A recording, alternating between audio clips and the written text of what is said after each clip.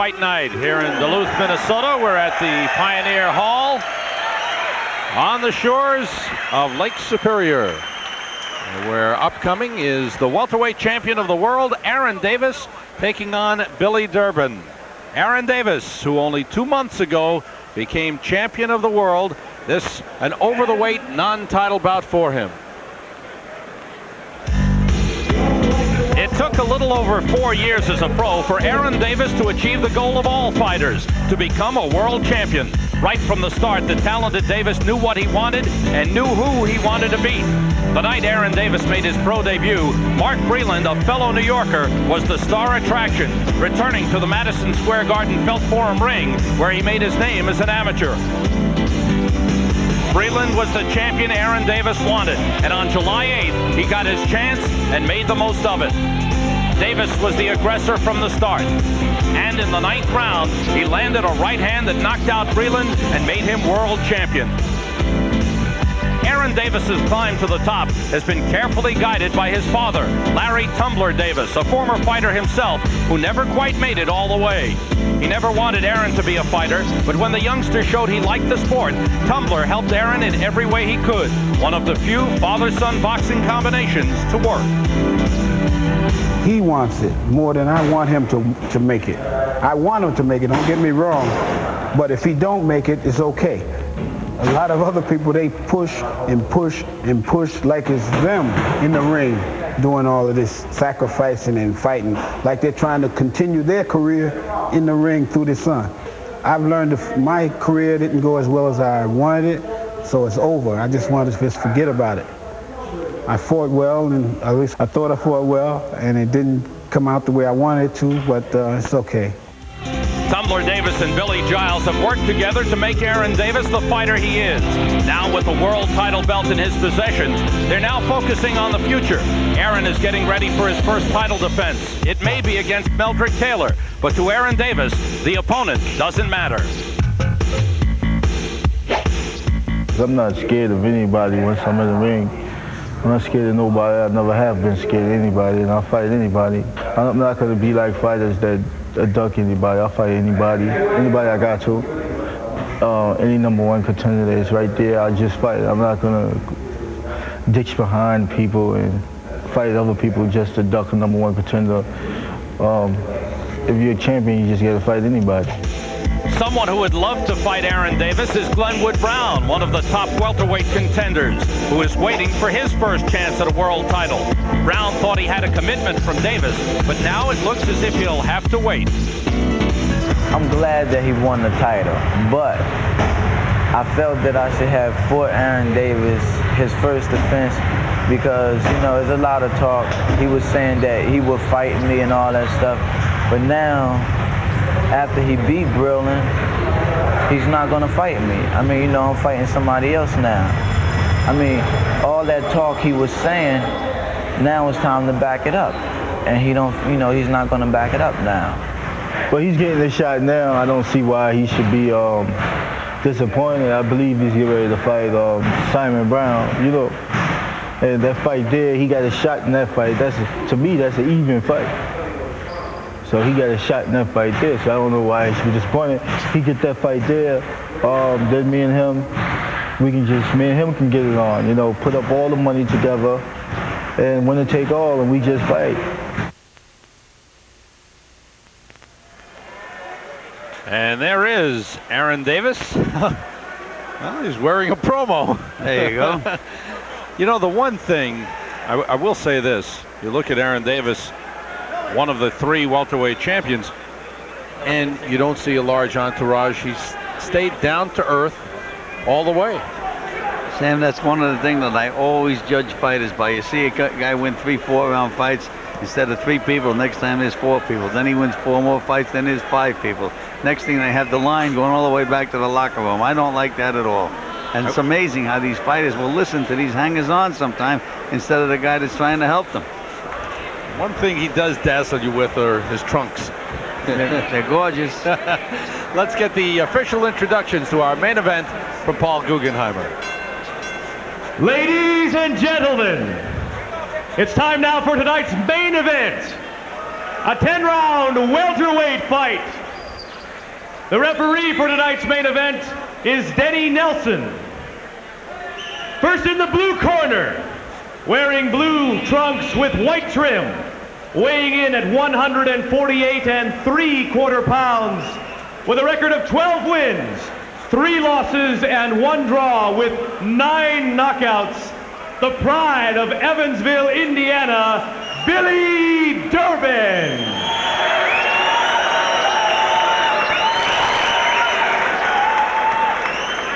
And in the red corner, wearing red trunks with blue trim, also weighing in at 148 3/4 pounds, undefeated with a record of 30 wins and no losses, including 18 knockouts, from the Bronx, New York, the WBA World Welterweight Champion, Aaron Superman.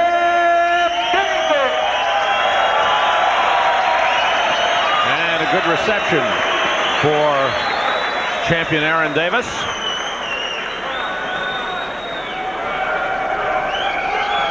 Billy Giles and Tumbler Davis in his corner. Aaron Davis on July 8th, knocking out Mark Breland to bring home the WBA championship belt, winning the welterweight title. Billy Durbin, 29 years old, was unbeaten in his first 11 bouts, 10-0-1. In his last 5, he's only 2-3 and has not fought very often.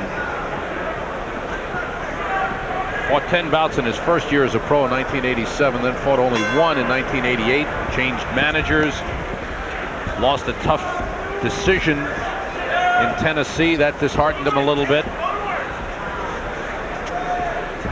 Fought Kenny Gould, former U.S. Olympian, last October in Florida, and readily admits that he was nervous and folded up in that fight with all the cameras and all the attention. He feels he's better prepared to fight against Aaron Davis than he was against Kenny Gould. Well, if he was nervous against Kenny Gould, what is he against the world champion Aaron Davis? You know, Kenny Gould is a southpaw, pretty good, useful southpaw.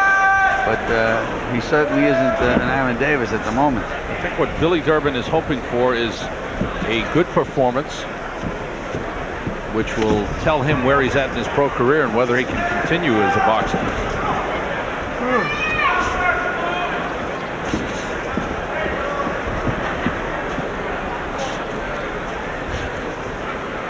Aaron Davis looks in good shape, but he has had fights where he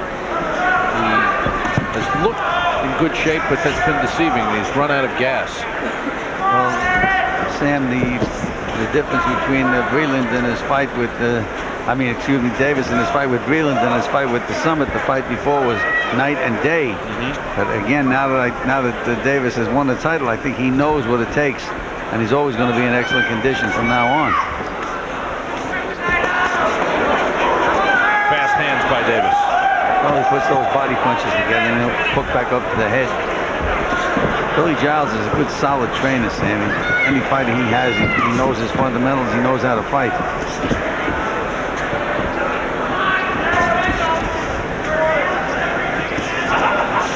Right now, all the talk is centered around Aaron Davis Meldrick Taylor title bout for the first title defense for Aaron Davis. Good body shot with the left. Great. Set it up with that good stiff left jab. If that bout comes to fruition, that would happen in January.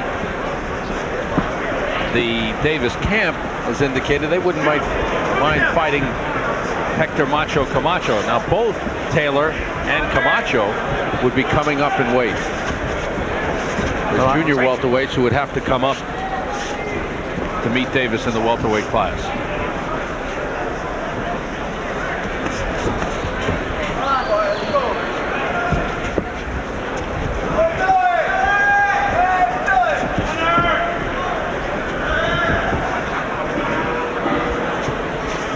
Final seconds, round 1, scheduled for 10.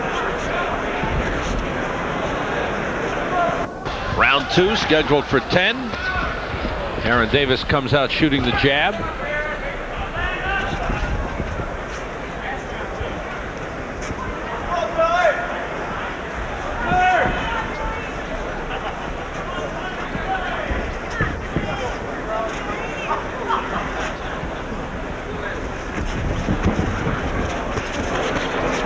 Durbin willing to mix it up a little bit. Oh, a triple jab that time, Sam, and then moved his hands when he got inside.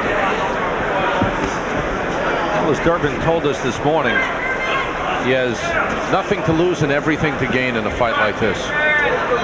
He can make an impressive showing against the world champion.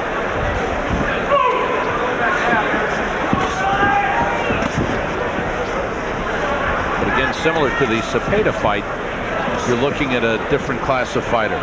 You're looking at a world-class fighter in Aaron Davis and a club fighter in Billy Durbin. Durbin would have to get awfully lucky, Sam. He'd have to land a real big punch. Because you can just see that Davis has so much, his hand skills are so much better. Durbin's moving pretty good on his legs, but he doesn't have the hand skills that Aaron Davis has. The accuracy of his punches. Chopping right hand by Davis scores. While we were away in commercials, Gil, you were looking at Davis's right eye, the one that had that ugly swelling in the Breland fight. Well, there was still a discoloration under that right eye, Sam. And it's been quite some time since he fought Mark Breland.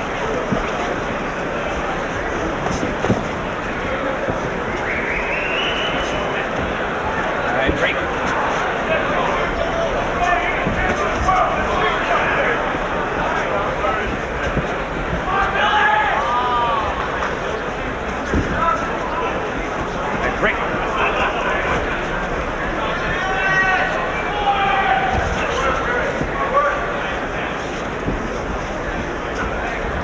Good legs on Durbin, Sam. He's moving side to side, showing a lot of respect for Davis, which he should. Davis just taking his time and warming up. Well, what Durbin has to do is punch back a little bit. He's had opportunities, Sam, and he's become completely defensive. There he finally tries to throw a good solid punch and missed.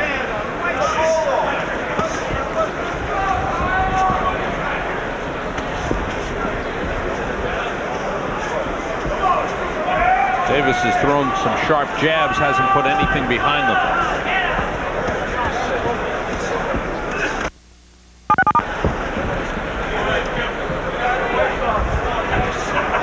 And you can see that slight discoloration, Sam.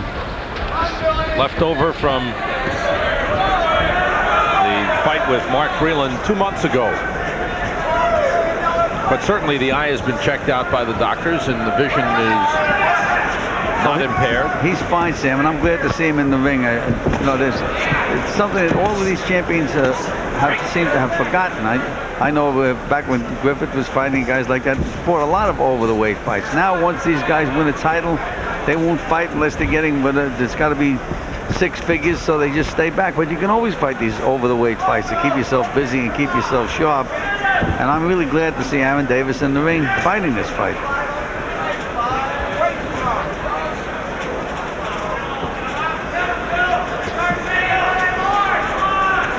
I think what's most important is for him is to treat it as an important fight, to be in top shape so that he doesn't get hurt. Well, again, I think that he learned his lessons in the fight before he fought the Breland. He almost blew the title fight in his performance. That's when he fought Curtis Summit May 18th in Callicoon at the Villa Roma. He fought a lethargic fight, even though he won a 10-round decision.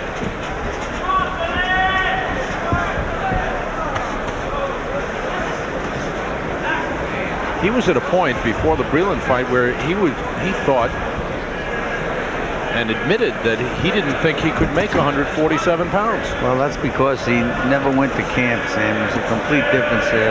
Bobby Goodman influenced him to go to camp, and it changed him completely. Matter of fact, after the Summit fight in the ring, they told me that they couldn't make welterweight. What are the benefits of going to camp, as you said? Sam, when you go to camp, you have the fighter locked up. You know where he is all the time. You can train him in the gymnasium.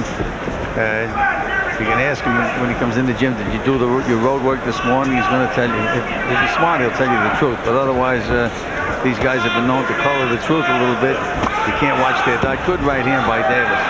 But you can't watch their diet. They slop up. They go to fast food joints. So when you're in camp, you can supervise his diet. You know where he is at night. You get up and do road work in the morning. Complete difference. Davis has been landing the right hand here in the 3rd round.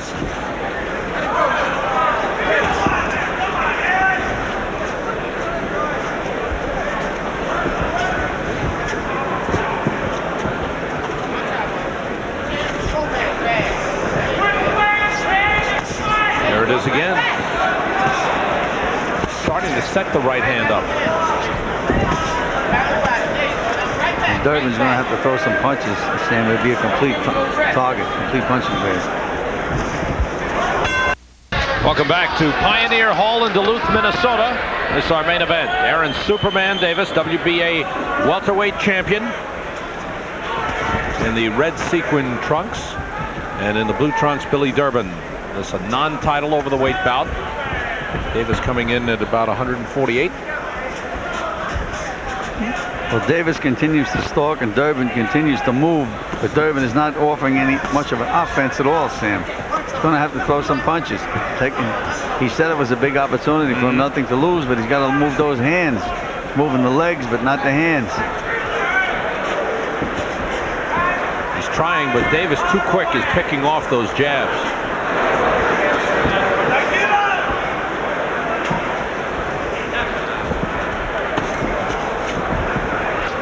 Half-hearted punches by Durbin. You know, boxing is such a mental sport. Sometimes the guy imposes his will on the other guy. The guy knows he's not going to win the fight. There's Davis taking a big home run swing, but Durbin is not throwing any punches like that. He's beaten mentally. Davis's jab has been effective. Durbin has not fought since October the 20th. Saying it's been difficult getting fights in the Evansville, Indiana area. And I think he's questioned his desire to fight. Well, this will be a deciding factor for his future, Sam, in this fight.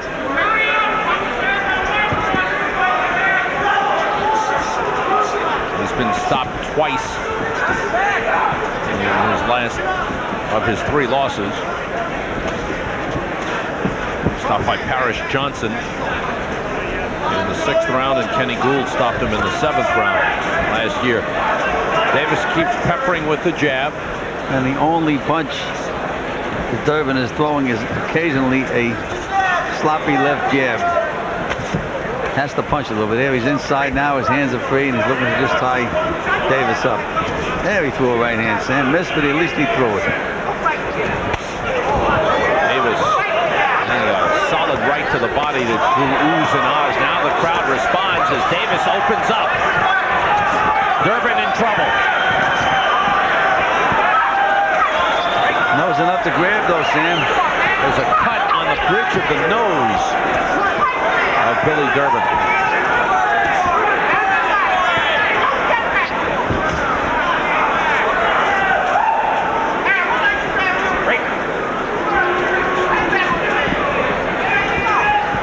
Time winding down in round 4. It's all Aaron Davis. As expected. Davis into his corner. Billy Giles steps into the ring. Father Tumbler Davis leans in. Don't lean on the goddamn man. Fight the man. Go fight him. Go reel the guy. The guy's ready to go. Put punches together. Sweet words from Billy Giles. Tumbler Davis looking down at his son. He says, I treat him like another fighter. I don't treat him like my son. There's Aaron Davis with his son, 7-month-old Aaron Jr. And Aaron Sr. says, my son's not going to be a fighter. He's going to be a tennis player. Well, I tell you, if he has a good backhand, good forehand, why not? But you'd be surprised how these kids do what they want to do when they get older. Maybe he'll grow up to be another Pete Sampras and win $350,000 at the U.S. Open. And yes, Sam, that was not bad for a 19-year-old kid. But he may grow up to be another Mike Tyson and make $20 million, Sam. Don't denigrate boxing, Sam. Never. Not at all. But it's a safer sport. Tennis is safer. Oh, what, you think so? After what happened to our mayor, Jenkins? He was wounded playing tennis.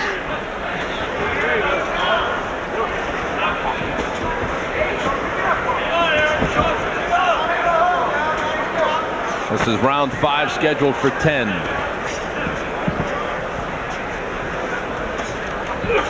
And what about Tumbler Davis? Aaron Davis's father, we went out fishing 4 o'clock this morning in Lake Superior and fell out of the boat, Sam. He almost didn't have a corner man. What do they say about city boys? Can't take him out of the city, huh? I understand that he and Billy Giles caught some fish there.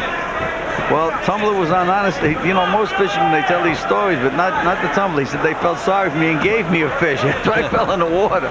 But he took the fish back to the hotel room, Sam, and put it upstairs in his room. It just has to go on ice. It better be on ice in the tub. It better be on ice in the plane tomorrow. He's going to empty the plane out. Let's go. Just want to set the record straight. Tumbler did not fall out of the boat. They were waiting from the shore, and he fell in the hole and fell down. Sounds better, fell out of the boat. That's right.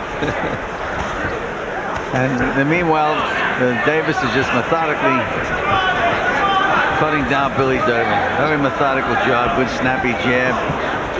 And that's the best right hand of the fight. And Durbin took it. Still bouncing on his legs, Sam. That's the one thing he does have, his legs. Durbin just trying to stay away from Davis, and he can't do it.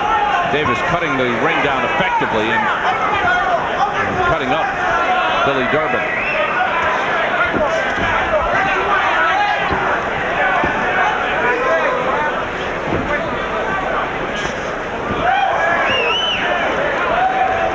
Again, negotiations in progress for a Davis-Meldrick-Taylor fight. If it happened, it would come off in January, possibly sooner than that, depending on the way some of the other big bouts go. Well, that's exactly right. Again, the lighter guys have to wait until the big guys make up their mind. And Aaron Davis is just stalking his man, and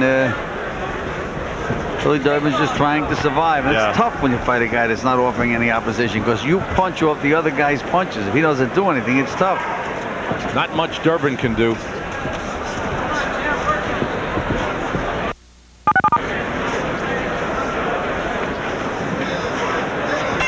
For round 6, all Aaron Davis as he dominates Billy Durbin in this over-the-weight non-title bout, his first bout since winning the WBA welterweight championship.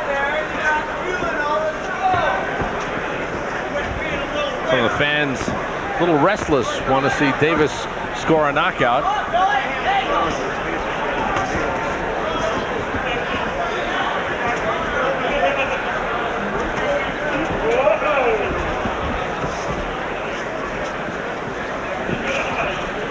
Durbin not offering much in offense. Davis too quick for him.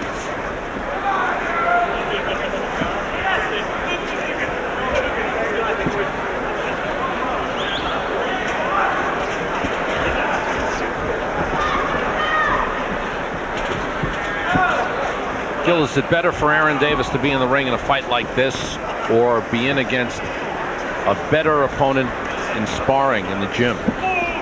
Sam, I would suggest that this is, despite the fact that he has no opposition whatsoever, it's better to bring him out in front of the public than to have him in a gymnasium sparring, because they spar hundreds of rounds in a gymnasium, and after a while it gets to be like routine. This way here, he's in with a guy he's never seen before. He's got the crowd in front of him. Some of them are taunting him, some of them are cheering for him. You have to get that public exposure. So I think this is good for him. Well, I would like to have seen a little stronger opponent. Yeah.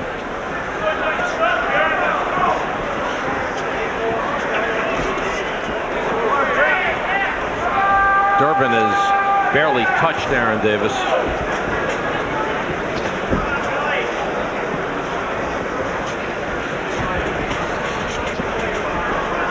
And Davis just kind of waiting for an opening. Durbin covering up a lot, not offering much of a target. And Davis just keeps waiting and waiting, occasionally popping a jab.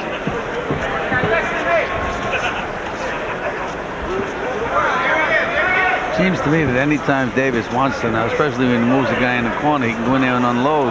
But he's just being very, very patient. Whether he wants to work out or whatever it is, he seems to be just overly patient, I would say, not cautious. I don't think he's worried about this guy at all.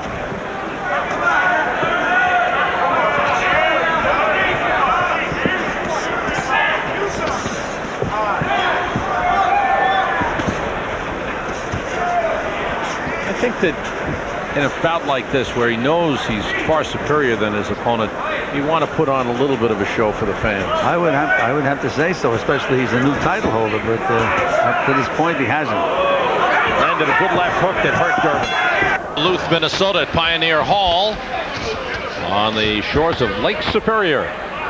And this is fight night, scheduled 10-rounder, the WBA welterweight champion of the world, Aaron Davis. Now it looks like Davis is going to try to get him out of there, Sam. Threw some real hard body punches. Looks like he means business now. He's been taking apart Billy Durbin round by round and landed a couple of good left hooks at the end, the final seconds of round 6. And some very good left hooks to the body at the beginning of this round, Sam. Look at the jab, snap Durbin's head back. Looks like he wants to get out of here now. And nothing Durbin can do. Way outclassed.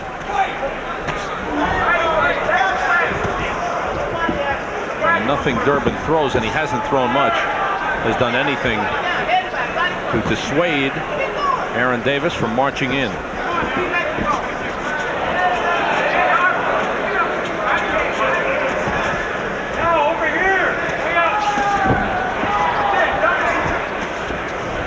Durbin is offering a little more opposition this round, Sam, than he has in any previous round.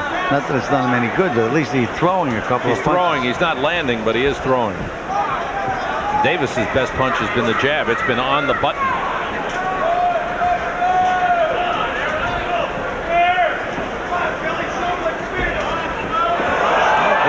Durbin landed one there. That brings some cheers from the crowd. Davis responds. Opening up for the first time since early in the fight. Like saying to the guy, how dare you hit me with that punch. Goes to show you the ability he has when he wants to use it. And I think that's what he needs to do more often. The crowd would definitely go wild. They'd rather see that than this methodical chopping down of an opponent. No question about that. And it is a pretty good crowd, a near sellout here in a 3,000 seat arena.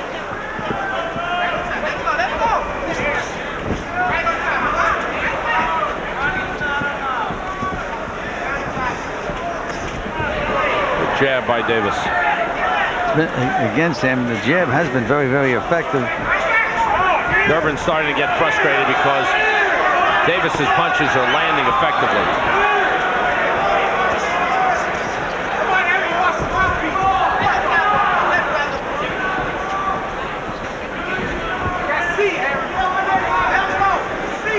Durbin moving.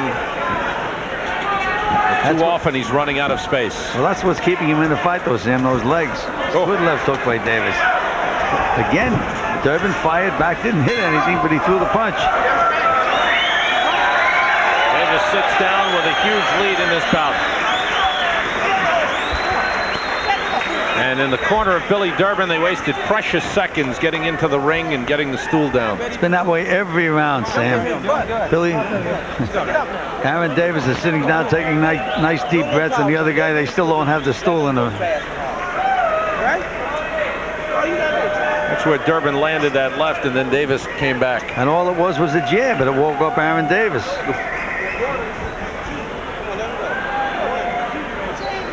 That's a pretty combination. What a nice flurry. And then he says, well, I put you in your place, now behave yourself, and we'll go back and go through this routine some more. Look at that. Sharp punches. And that's Davis at his best. Round 8. Which we haven't seen enough of in this fight, Sam.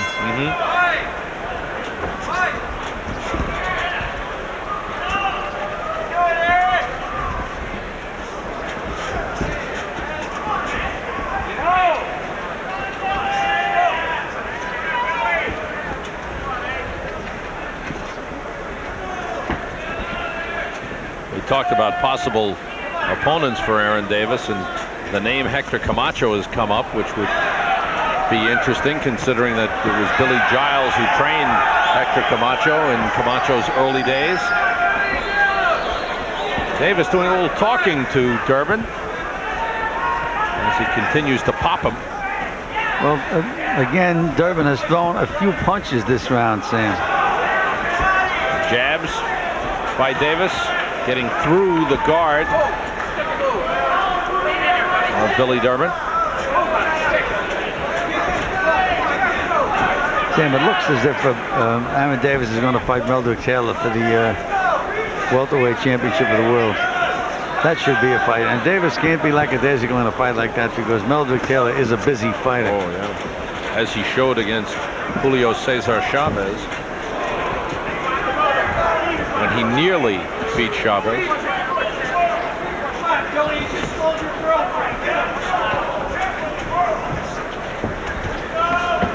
Davis has got a quick left hook that he brings from downstairs. It's kind of a half uppercut, half hook. That's a beauty. Exactly right.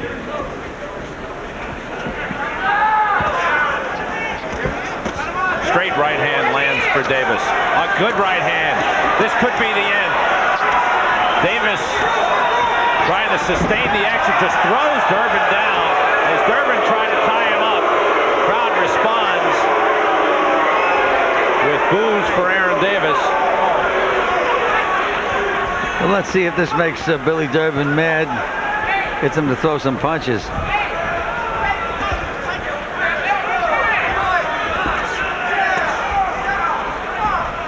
Durbin not throwing back. A lot of the fight has been taken out of him. He's just so completely outgunned in the fight, Sam. I just thought it looked like Davis was going to keep up the attack and maybe put the finishing touches on the bout. Here it is again. Now he looks like he wants to. Referee very close. He's swapping in. Davis banging away. Straight right hand. Uppercut lands. All Aaron Davis here. Big combination. Durbin goes down. Fight is over. Left hook, right hand. That short. Beautiful uppercut. combination, Sam. That is a very effective punch to Aaron Davis. What it really is a left uppercut. And the crowd cheering for the WBA welterweight champion of the world in his first bout as a champion. Coming into Duluth and taking apart Billy Durbin. That's exactly the way to describe it, Sam. He just took him apart. Took his time, worked to the body, worked to the head, worked behind the jab, and turned it on when he had to. Billy Durbin game, but just not in the same class as Aaron Davis. Ooh. Setting him up for the right hand.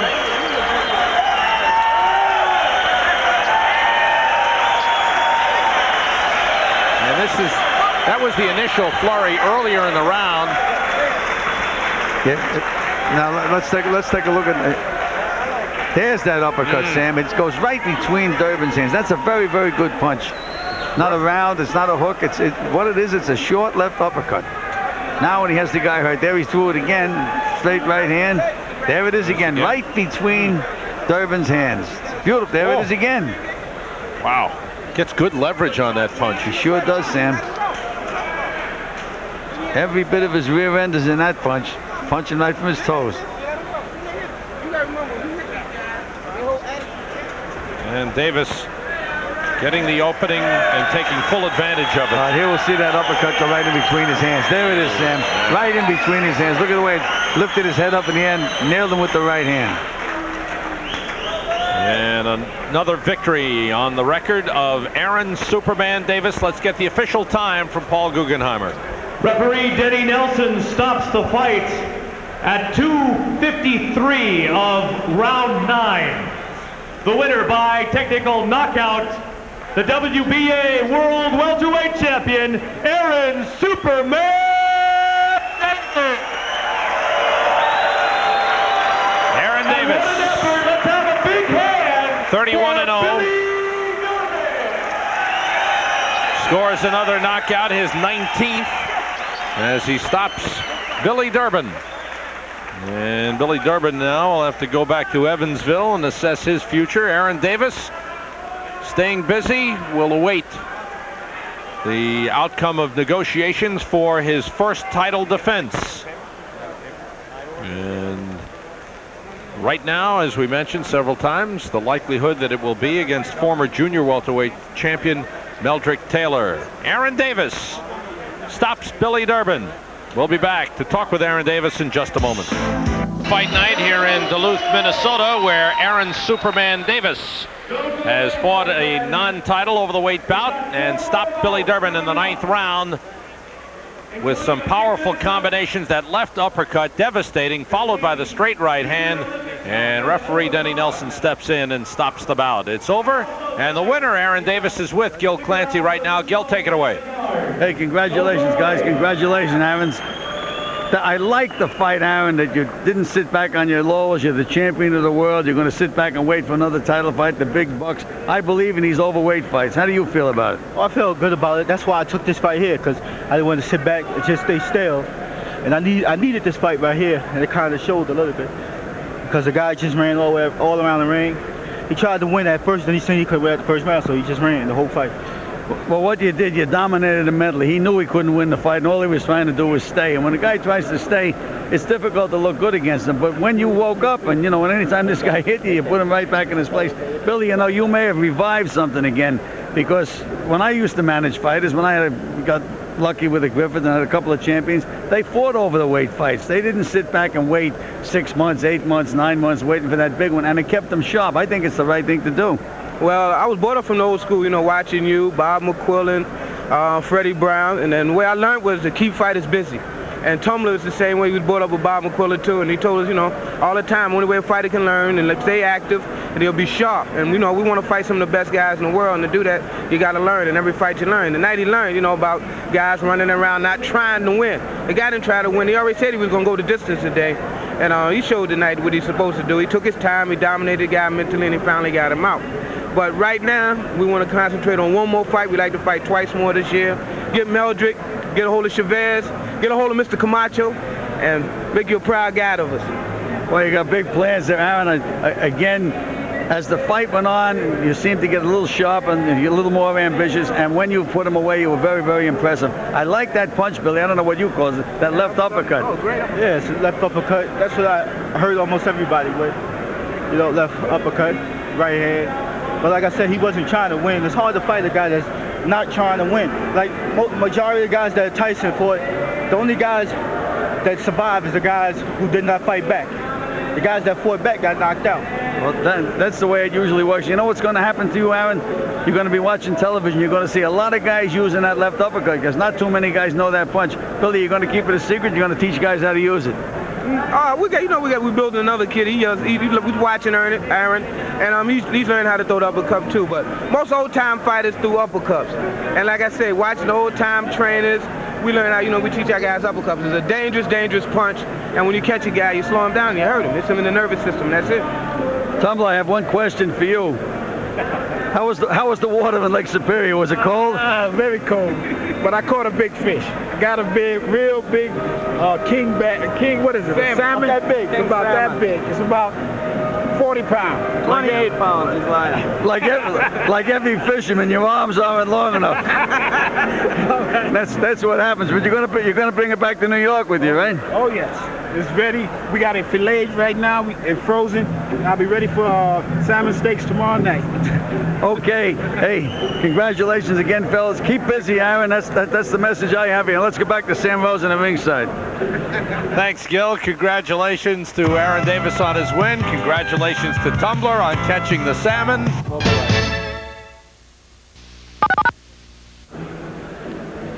Back at Pioneer Hall in Duluth, Minnesota for fight night, where Aaron Superman Davis, a champion. Go back to 1986, the New York Golden Gloves champions. Pretty good class of fighters. Aaron Davis, Glenwood Brown, Kevin Kelly, Riddick Bowe, Lou Savarese, and a runner-up, Alex Stewart. Boy, that was a good class in '86, Gil. It sure was. And you know, that Lou Savarese, there's a heavyweight that puzzles me. He beat Alex Stewart to win the championship. He's still fighting like 6-round fights, and Alex Stewart is all the way up there. I wonder what happened to Lou Savarese. But the impressive ones are the first two names on the list, Aaron Davis and Glenwood Brown, two fine welterweights. And I know Glenwood Brown is out there saying, I want my chance at a title shot, because Aaron Davis got his chance and made the most of it. Well, I'm sure Glenwood Brown will get his chance at the title. We have two good, solid fighters in Aaron Davis and Glenwood Brown. Good class of welterweights. Aaron Davis, obviously outclassing Billy Durbin, but as you pointed out throughout, it's something that he needs, that activity to stay sharp in the ring and in front of an audience. When you're a champion, it's almost incumbent to strut your stuff. Nothing like fighting in front of a live crowd. You can be in a gym forever, but again, as I said, it gets boring in a gym. You get careless because you know if a guy nails you with a shot, he's not going to try to finish you. It keeps you sharp. I believe, again, for the 4 millionth time, in keeping fighters busy. All right, now as we looked at some of the other fighters that we saw tonight, Ricardo Cepeda, he's knocking on the door. He too, in a fight where he outclassed his opponent, Albert Rendon. Where is he as far as knocking on the door for a title shot? He's right there now, Sam. I'd say before the spring he'll wind up fighting for the championship of the world. And Kevin Kelly coming back, he showed that he's healthy. The left hand, he only had the one round though. He needs to get more work. Oh, don't worry, they'll keep him busy. And again, he's the kind of fighter I like. He's a southpaw, but an exciting southpaw. You know, one thing we didn't touch too much on was the eye condition of Aaron Davis. He didn't seem to worry about it and try to protect it at all. Didn't seem to bother him a bit, Sam. We saw the discoloration, but outside that, it didn't bother Aaron at all. Okay. Now, in looking at Ricardo Cepeda and the featherweight division, how do you match him up with some of the other featherweight title holders? Asparagosa? Well, Sam, right at this moment, Ricardo Cepeda would be at least an even money shot with any of them. Okay. Jorge Paez stepping up to fight Tony Lopez opens the door for Ricardo Cepeda. Oh, it sure does, Sam. If, in fact, they have the #1 and #2 guy fight, he'll move into a mandatory position. I think he can beat either guy that's ranked ahead of him. Now, coming up right behind is Kevin Kelly. When you look at him, how far away is he from stepping into that world-class picture? I would say that Kevin Kelly's just about a year away. Another 10 fights, and he'll be right up there with the rest of these guys. 10 fights, that's a lot of fights, Gil. Well, no, but they keep him busy, Sammy. Phil Borgia keeps his fighters busy. This kid will have 10 fights, maybe another year, 14 months. Okay, we're watching some fine prospects on the rise and some men knocking on the door for championship bouts. We'll be back with more on Fight Night.